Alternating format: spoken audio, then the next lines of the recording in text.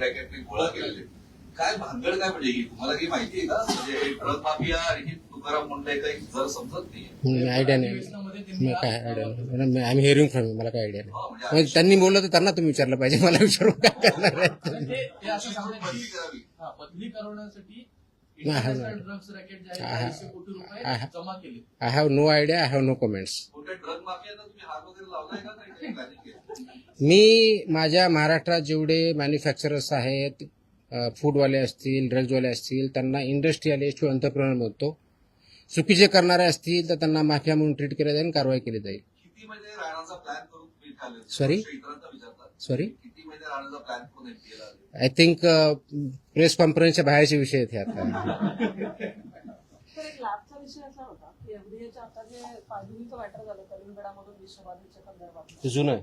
जुनं आहे, पण त्याच्यात एफडीएच्या लॅब ज्या आहेत त्या टेस्टिंगसाठी सगळ्या पद्धतीच्या एवढ्या एफिशियंट नाही किंवा रिपोर्ट लवकर मिळत नाही, पाण्याचं अनालिसिस लवकर ही फॅक्ट आहे की रिपोर्ट लवकर भेटत नाही. त्याचा मी आढावा घेतलेला आहे. आपल्याकडे सध्या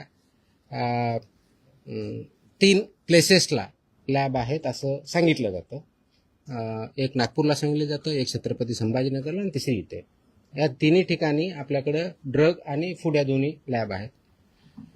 याचं थोडं करेक्शन आहे. ह्या 3 नाहीत, आपल्याकडे 5 लॅब आहेत. पहिली गोष्ट ह्या 3 आहेत, प्लस पब्लिक हेल्थ लॅबोरेटरी पुण्याला आहे आणि बीएमसीकडे आपली एक स्टेट फूड लॅबोरेटरी अशा 5 लॅब आहेत.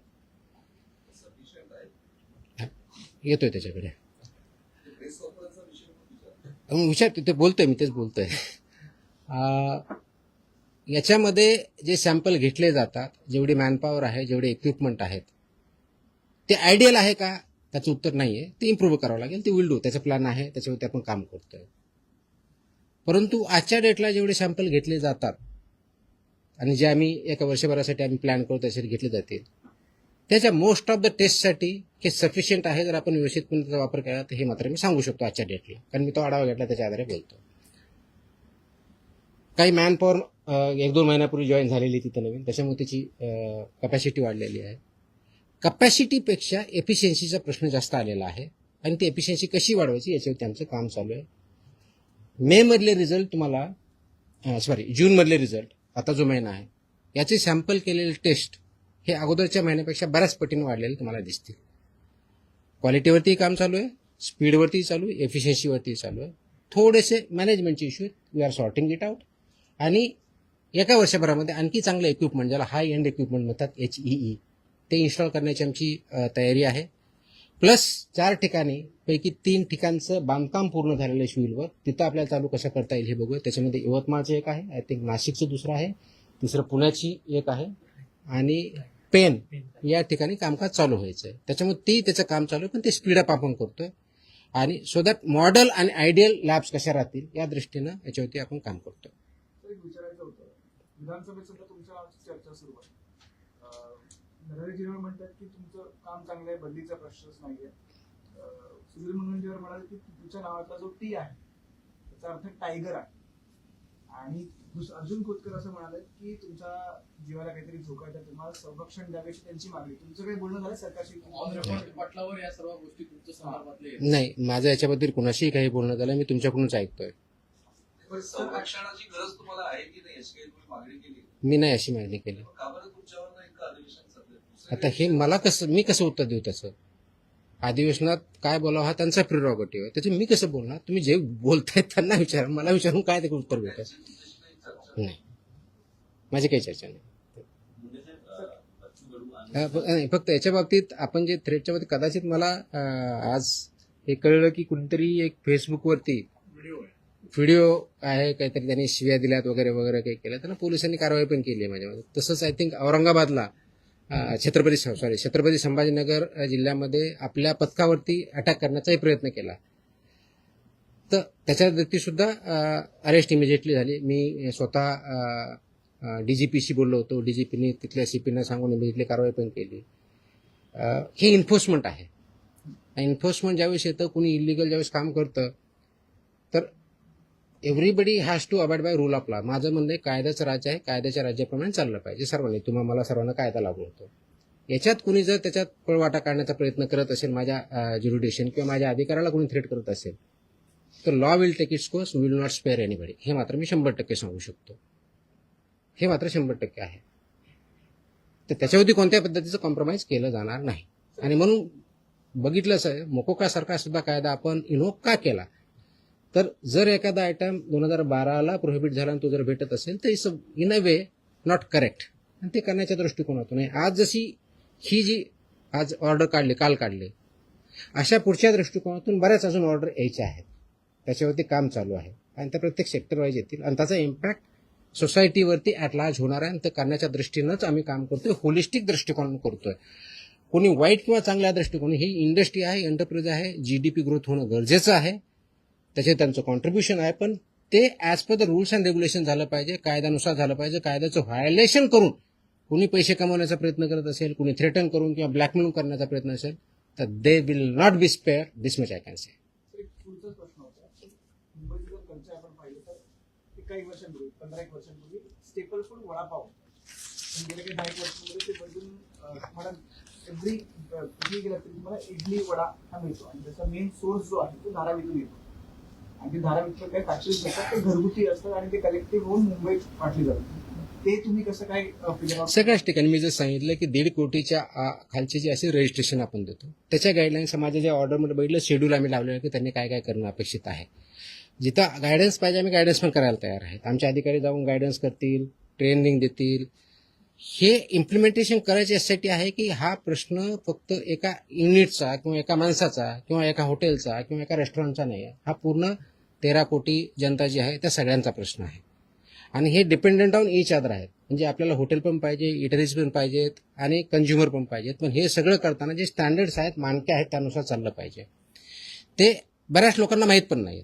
आता ते माहीत होण्याचा उद्देश की ठीक आहे, कायदा आहे, रेग्युलेशन्स आहेत, आपल्या काय वेबसाईटवरती अवेलेबल आहेत, पण तेच लोकांपर्यंत पोहोचण्याचा एक उद्देश. आणि जे याच्यामध्ये बिझनेस आहेत, एबीयूज ज्याला म्हणतो आपण, फूड बिझनेस ऑपरेटर्स, त्यांना सुद्धा माहिती इंग्लिश आणि मराठी, म्हणून ती ऑर्डर कॉम्प्रिहेन्सिव्ह दृष्ट्या मी काढली.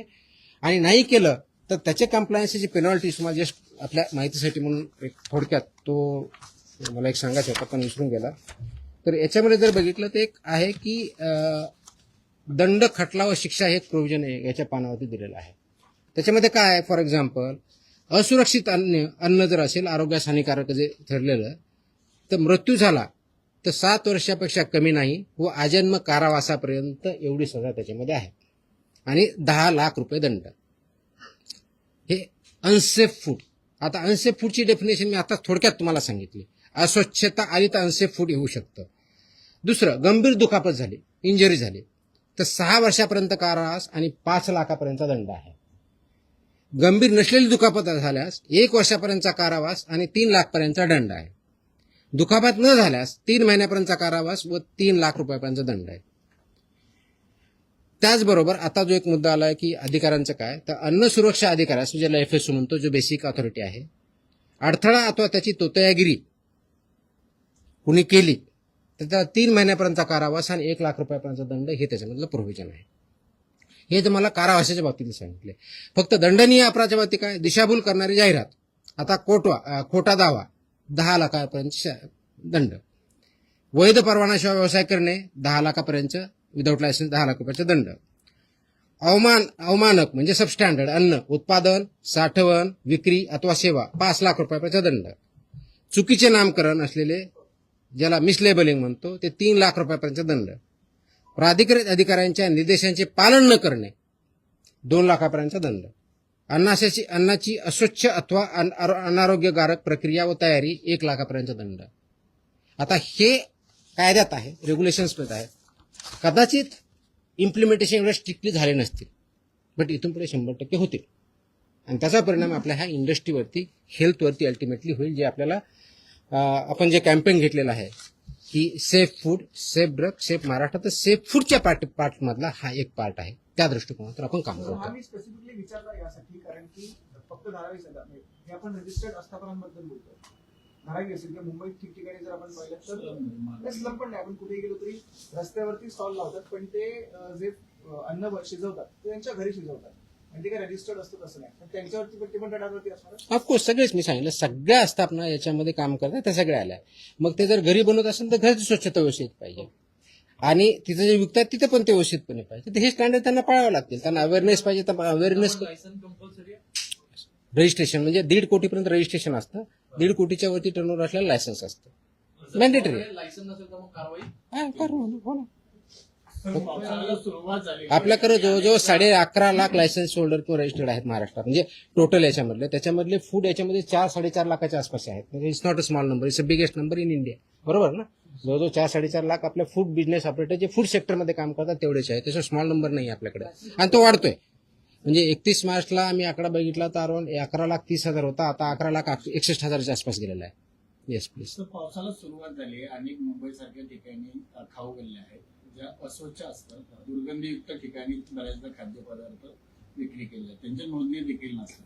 अशा खाऊ गल्ल्यांवरती कसं नियंत्रण मिळतं? आता जे सांगितलं त्याचे सगळे रेग्युलेशन इम्प्लिमेंट करायचे आहेत. आपण स्पेशल मूव्ह दरवर्षी आपण पावसाळ्याच्या अगोदरची मूव्हिंग घ्यायचो, पण ते थोडंफार असायचं. तर ह्याच्यामुळे मी कॉम्प्रिहेन्सिव्ह आदेश परमनंटली काढलेले आहेत. हे आपण करणारच आहोत. माझी एक दुसरी विनंती आपल्या माध्यमातून सर्वांना, की आपण जे अन्न सेवन करतो ना ते सेफ आहे की नाही हे थोडं बघावं. आपल्याला फक्त रस्त्याने जाताना फक्त कन्व्हिनियन्ससाठी गाडीतून उतरलं की काहीतरी गडबड आहे म्हणून खातो ना, त्याचे परिणाम खूप बेकार होतात. तो सेफ आहे की नाही पहिलं तर बघा. ते रेस्टॉरंट वगैरे रजिस्टर्ड आहे की नाही त्याच्यावरती मॅन्डेटरी आहे. समोर दरवाजाला त्यांनी रजिस्ट्रेशनचं सर्टिफिकेट लावणं मॅन्डेटरी आहे. नसेल तर ते आम्हाला कळवा, आम्ही तशी कारवाई करू. म्हणजे जेणेकरून तिथं तुमच्या आरोग्यात तुम्ही पैसे घेऊन ते अन्न खाताय तर तुमच्या आरोग्यावरती त्याचा परिणाम विपरीत होऊ नये, तो चांगल्या दृष्टीने व्हावा. हे जर करायची थोडी काळजी घेतली पाहिजे. तर स्ट्रीट फूड जरी असलं तरी ते व्यवस्थित आहे की नाही हे सुद्धा आपण पाहणं बंधन करावं. त्याच्यामुळं सेलर जसे आहेत तसे कंझ्युमर आहेत. जे डिमांड आहे तसे सप्लाय आहे. तर सप्लायर जरी असले आणि डिमांड नसेल तर ऑटोमॅटिकली ते बंद होईल. तर डिमांड करणाऱ्याने सुद्धा त्यांचा अवेअरनेस वाढावा, त्यांनी सुद्धा काम करावं. ॲज अ कंझ्युमर सुद्धा आपण बघावं. ह्या दृष्टिकोनाने सुद्धा हे आदेश वाढा. आम्ही वेबसाईटला टाकतो, आपल्या माध्यमातून तो जाईलच. तर हे वाचले तर बऱ्याच गोष्टी क्लिअर होतील की यांच्याकडे काय पाहिजे. तर तोही याच्या माध्यमाचा एक उद्देश आहे की जेणेकरून ॲज अ कंझ्युमर म्हणून आपण त्या गोष्टी पाळल्या पाहिजे. मुंबई आणि उपनगरामध्ये सॉरी मुंबई आणि उपनगरामधल्या रस्त्यांमध्ये जी छोटी हॉटेल्स आहेत, म्हणजे व्हेज असेल, रेस्टॉरंट असतील, बार असतील, त्या सगळ्या ठिकाणी तशी दुर्गतीच आहे आणि तिथे कायद्याची व्यवस्था नसते किंवा डोळे तर ह्या सगळ्यांना तुम्ही आयडेंटिफाय कसे करता? आपले सर्वे असतात, सर्वेलन्स आपण घेत असतो. म्हणजे आपले अधिकारी वेगळे जातात. आपल्याकडे एक तर माहिती कंप्लेंटचा मार्फत एक होते, दुसरं आपण स्वतः सर्वेलन्स घेतो आणि तिसरं आपण एन्फोर्समेंट असे तिन्ही कॅटेगरीतून आपण बघतो.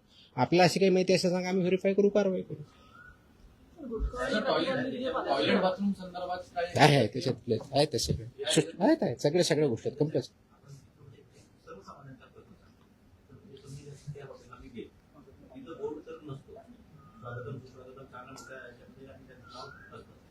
सर्वसामान्यांना प्रश्न हाच पडतो, मी लगेच तक्रार करतो, पण त्याच्यावरती कारवाई कशी होते, काय होते काय कळत नाही.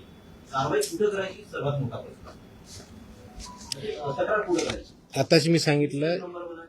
आता परत सांगतो मी. घेऊन असं आहे की दादा मध्ये एवढे छोटे ऑफिस आहेत, तिकडे अत्यंत व्यवस्था जी आहे ती वाईट आहे. करू आम्ही सगळे जे कोणते असतील सगळ्यावरती करू, काहीच अडचण नाही. ही अवस्था सगळ्या ठिकाणी आहे. पण दादा कंप्लेंटच्या बाबतीत मी सांगितलं आपल्याला 4 ऑप्शन दिलेले आहेत आणि काही दिवसामध्ये पुढच्या आठवड्यापासून आम्ही एक आता आजच आम्ही टेस्ट केलेली आहे, वेब लिंक तयार केलेली आहे. त्याच्यामुळे तुम्हाला त्याच्यावर डाउनलोड केले की मोबाईलवरून करता येईल. एवढी व्यवस्था केली, पण त्याला एक 8-1 दिवस लागतील आणखी, कारण ते टेस्टिंग अधिकारी टेस्टिंग करतायत. त्याच्यावरती ट्रायल चालू आहे, ड्राय रन चालू सध्या. एक 8-1 दिवसामध्ये ते पण लागेल. आपल्याला हेल्पलाईन म्हणजे ज्याला टोल फ्री नंबर आहे 1800-222-365 हा आमचा इथला आहे. टोल फ्री नंबर 24 तास चालू असतो, आपल्याकडे 24 तासमध्ये ते येतात. फसाईचा टोल फ्री नंबर आहे 1800-114-000. याच्यावरती आपण करू शकता.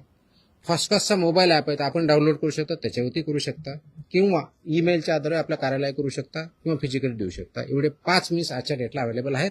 आणि 6वा जो आपला जो वेब लिंक करतोय पुढच्या 1 आठवड्यामध्ये येईल. कारण हे जे आहेत हे मोस्टली आपल्याला फूडसाठी अवेलेबल आहे. ड्रगसाठी जर करायचे असेल त्यासाठी वेगळं नाही, म्हणून आम्ही ते वेब लिंक करतोय. मोबाईलवर डाउनलोड केली की ते AI इनेबल्ड आहे. त्याच्यामुळे तुम्हाला तो प्रश्न विचारणार काय ते करत जाणार आणि त्या दृष्टीनं म्हणजे बोलता येतं किंवा टाईप करता येतं, दोन्ही ऑप्शन आम्ही देणार आहोत, जेणेकरून ते आमच्यापर्यंत येईल. आम्ही ते ऑटोमॅटिक असाइन करू आणि त्याचा डॅशबोर्ड मला पण बघता येईल, त्या अधिकाऱ्याला बघता येईल, किती आल्या, कुणाकडे गेल्या, किती पेंडिंग आहे, किती दिवसापासून पेंडिंग आहे. Everything will be there. It is there. We are establishing the system. त्या संदर्भात तुम्ही खूप मोठी कारवाई करत आहात, तर त्या संदर्भात काही माहिती द्या की किती जणांवर याचा कारवाई झाली, किती मला वाटलं आज खूप जास्त होईल. माझ्याकडे डेटा आहे. उद्या तुम्हाला त्याच्याबद्दलची 1 महिन्यामध्ये जेवढ्या कारवाया झाल्यात, कारण उद्या 1 महिना पूर्ण होतो, त्या दृष्टीने परिपूर्ण नोट गुटख्याच्या बाबतीतली असेल, नॉन गुटख्याच्या बाबतीतली असेल, ड्रग्सच्या बाबतीतली असेल, आणि ते मेजर आकडा आहे, मी देईल. सॉरी, अरे यार, लास्ट टाइम आपने वो ही वायरल कि मुझे हिंदी अच्छी नहीं, वही वायरल हो गया आपने.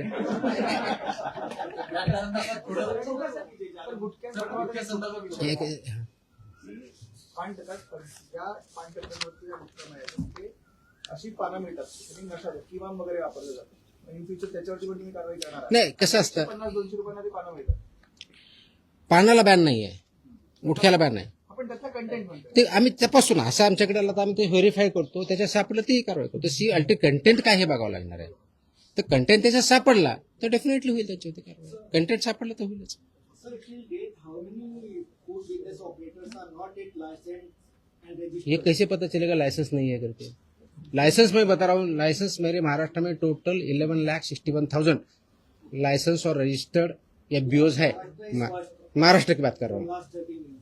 But अभी अवेयरनेस क्रिएट नहीं होता है, अभी लाइसेंसिंग और रजिस्ट्रेशन बढ़ रहा है, चालू है ना, ऑनलाइन ही है. How many people are still like 80% हो चुका है sir? ऐसे कैसे बता पाएंगे?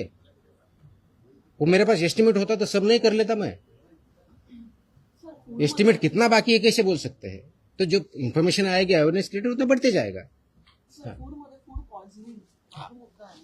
खिचडीमध्ये असेल किंवा हॉटेलमध्ये असेल, हा आता खूप क्रुशियल आहे. आणि Yes. वरचेवर होतो. म्हणजे Yes. कोणाला 2-1 दिवस पोटात दुखतं म्हणून उदाहरण आपण बरे झालो, पण खूप सिरियस कंडिशन आहे. येस, तर त्याच्या ज्या टेस्टिंगची जी मेथॉडॉलॉजी आहे त्या पद्धतीने आपण फूड पॉइझनिंग अशी काही टेस्टिंग नसेल. शेवटी फूड टेस्ट करायचं असतं आणि ते वेगळे टेस्ट असतात. त्या टेस्ट आपल्याकडे अवेलेबल असायला पाहिजेत, ते आपण करतो. हा food poisoning is basically unsafe food असेल तर मोस्टली फूड पॉइझनिंग. पॉइझनिंगच्या संदर्भामध्ये टेस्टिंग करण्याची लागते. नाही, पॉइझनिंगचं टेस्टिंग नसतं, ते फूडचं टेस्टिंग असतं. फूड मधल्या पॉइझनिंग ते असतं, आपण टेस्ट करतो ना, आपण टेस्ट करतो, फूडच टेस्ट करतो असतो. त्याचे जे काही इन्ग्रेडियंट त्याप्रमाणे आहेत, स्टँडर्ड प्रमाणे आहेत नाही हेच बघत असतो. पण त्यासाठी आम्ही एक प्रणाली विकसित करतो. आजच्या डेटला ती खूप कॉम्प्रेहेन्सिव्ह नाही आहे, की फूड पॉइझनिंगच्या केसेस त्याची रिपोर्टिंग मेकॅनिझम कशी असावी, कितक्या वेळात काय करावं, याचा मी एसओपी तयार करतोय. ते पुढच्या दिवसात काही होईल. ह्याला पण म्हणजे असू शकतं ना, की वरून कोणी काही घातलंय का नॅचरली कंटामिनेटेड आहे. तर ते टेस्टचा पार्ट आहे, टेस्ट रिझल्टचा पार्ट येतो तो. जे लोक आतापर्यंत नोंदणी केलेली आहे त्यांना काय आव्हान? ज्यांनी नोंदणी केलेली नाही त्यांना एकतर बिझनेस बंद करावा लागेल किंवा नोंदणी करून काम करावं लागेल. तर माझी विनंती आहे की जे याच्यामध्ये काम करतायत तर त्यांनी एक तर नोंदणी करून घ्यावी आणि आपला बिझनेस जे काही स्टँडर्ड्स आहेत त्याप्रमाणे चालवावा, किंवा आपला धंदा बंद करावा. अन्यथा 10 लाखापासून 10 लाखापर्यंत पेनल्टी आहे, त्याचे आम्ही प्रोव्हिजन वापरायला सुरुवात करतोय. आता तुमचे खूप जास्त प्रश्न होत आहेत. तुम्ही 1 महिना झाला म्हणतात जवळपास रुजू होऊन. तुम्हाला काय वाटतं पहिले जे आयुक्त उद्धव आले होते काही सुट्टी राहत होते काय करायचे, कारण की तुम्ही आल्याच्या नंतर जे FDA एवढं अनालिटिकल स्किल माझ्याकडे नाही, ते तुमच्याकडे आहे. तुम्ही विचारा आणि तुम्ही त्याची उत्तर द्या. आप यहाँ पे कोई पूछ रहे थे. हाँ हाँ हम सब जब एफडीए में काम करते हैं तो फूड और ड्रग सेक्टर में काम करते हैं. एफडीए ये रेगुलेटर है और उसमें फूड का हर आदमी का कांटेक्ट आता है, बचपन से लेके बुढ़ापे तक. और फूड का सबसे ज़्यादा आजकल जो कांटेक्ट आता है, जो हम खाते हैं, वो होटल, रेस्टोरेंट, ये सब में आता है. इसके लिए रेगुलेशंस है, स्टैंडर्ड्स है, वो इम्प्लीमेंटेशन होने चाहिए. वो छोटा सा रेस्टोरेंट हो या स्टार होटल हो, ये सब के लिए स्टैंडर्ड 2011 से अब तक आए हुए हैं. 2020, 2026 के भी कुछ आए हैं कि जैसे कि आपके जो इंस्ट्रूमेंट सब्जी काटने वाले कौन से होने चाहिए, स्टेनलेस स्टील का क्या चाहिए, ये सब इसमें पैकेजिंग का मटेरियल चाहिए, फूड ग्रेड वाला चाहिए, नॉन फूड ग्रेड वाला चाहिए, ये सब डिसाइडेड है. लेकिन हमने जो महाराष्ट्र में पाया है कि जो हम सर्वेलेंस करते हैं, इन्फोर्समेंट एक्टिविटी लेते हैं, जो कंप्लेन आते हैं वो हम चेक करते हैं, तो उसमें काफ़ी हद तक ये वायलेशन पाए गए हैं कि जो फूड स्टैंडर्ड्स है अलग अलग, उसका पालन नहीं किया जाता है. वो जो फूड स्टैंडर्ड्स है वो सेफ्टी के हिसाब से हो, सैनिटेशन के हिसाब से हो, वहाँ के फूड हैंडलर्स हो, वाटर बॉटल की मतलब पानी फ्री में जो पोर्टेबल देना चाहिए वो हो, या लाइसेंस नहीं है या लाइसेंस वहाँ दिखाया नहीं जाता, ये सब के जो रेगुलेशंस हो इम्प्लीमेंटेशन करना जरूरी है। इसलिए 23 जून को कल मैंने as a food safety commissioner Maharashtra बोल के कुछ आदेश पारित किए हैं। ये that is regarding hotels, restaurants and eateries. इन्होंने जो स्टैंडर्ड्स इम्प्लीमेंट करना है उसके हिसाब से हमने किए हैं। ये जो कंप्लाई नहीं करेगा उनके ऊपर सख्त कार्रवाई, ये फसाई के जो रेगुलेशंस है और उसके अंदर जो स्टैंडर्ड्स है उसके हिसाब से की जाएगी। जैसे फॉर एग्जांपल अगर कोई अनरजिस्टर्ड या अनलाइसेंस एफबीओ काम कर रहा है तो उसको 10 लाख तक की पेनल्टी है। अनसेफ फूड अगर कोई बना रहा है, प्रोसेस कर रहा है या सेल कर रहा है तो उनको लाइफ इम्प्रिजनमेंट तक और 10 लाख तक पेनल्टी हो सकती है। इसका इम्प्लीमेंटेशन इसके आगे बहुत सख्त तरीके से होगा। ये मेरी विनती है, मेरा एक आह्वान है कि जो इंडस्ट्री इसमें है सबने इसका कंप्लायंस करना चाहिए और मेरे ऑफिसर को मैंने सख्त ताकीद दी है कि ये सब इम्प्लीमेंटेशन कंप्लीट होगा, कॉम्प्रहेंसिव होगा। अब तक जाके सिर्फ सैंपल लेके जो आते थे उतना नहीं होगा, उसके सिवा सब जितने रेगुलेशंस है वो सब रेगुलेशन इम्प्लीमेंट हो रहे कि नहीं हो रहे उसका रिपोर्ट सैंपल के साथ आएगा और उसी हिसाब से सैंपल का टेस्टिंग भी होगा, रिजल्ट भी होगा। इसका उद्देश्य है कि जो जेन्युइन बिजनेसेस है उनको कोई फियर करने की जरूरत नहीं है, डरने की जरूरत नहीं है। जो नॉन जेन्युइन है उनको बिल्कुल डरने की, छुपने के लिए जगह भी नहीं मिलेगी। इसका अंतिम उद्देश्य है कि जो ह्यूमंस है, ये सिटीजन्स है महाराष्ट्र के और बाहर से जो यहाँ आते हैं, वो जो फूड खाते हैं वो फूड पूरा तरीके से सेफ हो, सिक्योर हो, जिसकी वजह से आपकी हेल्थ अच्छी रहे, इम्प्रूव हो, ना कि उसके वजह से आपको फूड पॉइजनिंग या आप उसके वजह से आपको पता नहीं इसकी वजह से उसका आपका एडवर्स इम्पैक्ट हो। इसीलिए ये आदेश जारी किए हैं। इसका इम्प्लीमेंटेशन चालू हो चुका है। ई कॉमर्स वाले हैं जो सब ई कॉमर्स भी आया, प्लेटफॉर्म भी आया, डार्क किचन भी आया, चेन वाले भी आए, सब इसमें आए हैं। आपको जो ऑर्डर है उसमें लिखा है। अब तक कितने सर्टिफिकेट दिए गए मतलब उसको लेकर महाराष्ट्र गवर्नमेंट? अब तक एफबीओ के टोटल लगभग 11,60,000 के आसपास लाइसेंस रजिस्टर्ड एफबीओज है। उसमें से जो food industry particularly hotel, restaurants इसमें जो है तो 4 लाख से ज़्यादा है, तो काफ़ी बड़ा नंबर है। लेकिन उसमें हम काम करेंगे, कंप्लायंस करेंगे और लोगों की हेल्थ बढ़ाएंगे।